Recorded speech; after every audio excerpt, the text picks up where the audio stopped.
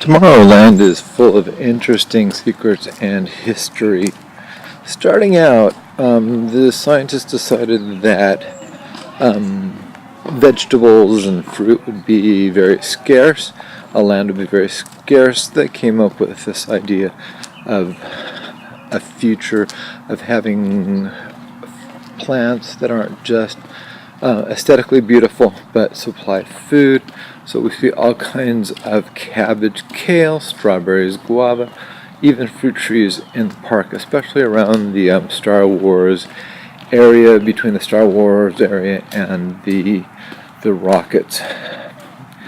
Star Wars has had a huge influence. It fits in right with Disney's theming. That's one of the reasons they decided to buy it. Obviously, it's done by George Lucas. Here we see C-3PO, known to speak 6 million languages. The iPhone is almost caught up with him. Here's a version of an app which actually takes care of 33. I would say this is the closest we've got to the future. Going on to R2-D2. R2-D2 is maintaining the StarCraft. And yes, he is a real prop from the film. Here's our security agent. And I find him very interesting. We find, if we look on his monitors, first of all, someone has mouse ears and mouse shorts. After that, we see stowaways. The stowaways are Chip and Dale. And then finally, this is a security picture of droid hands found in another suitcase. Another one that I love is the audio animatronics Gander, the G2. It was once a part of the quartet that sang in America Sings. Most of these ganders regained their feathers and tails and were transferred to Splash Mountain. This one lost its feathers.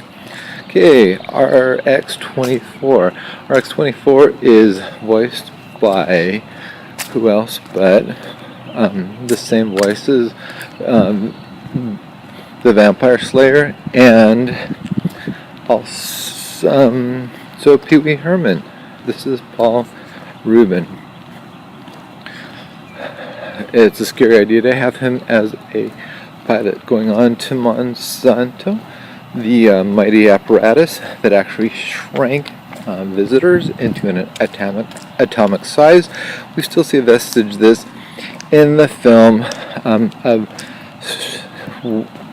of Star Wars. Well, we're in this simulator going through the warehouse, and this is it. Okay, Adventures, Monsanto, one of the largest chemical company in the U.S. They had originally one of those classic dark rides. It was very well known for, it was kind of like the love canal of Disneyland, if we could say that. Here's where it's shrinking visitors into a smaller or atomic size. There's other vestiges as well. For example, some of the signage had been used from that for the new Star tours. This is the gift stop. We have an X-Wing. For many years it was in the second story, abandoned. Now it's in the gift shop. Moving on, if you listen carefully, you will hear George Lucas's name said backwards. It's an interesting name. Okay, let's go into The Rocketeer. This is a film that I loved a long time ago.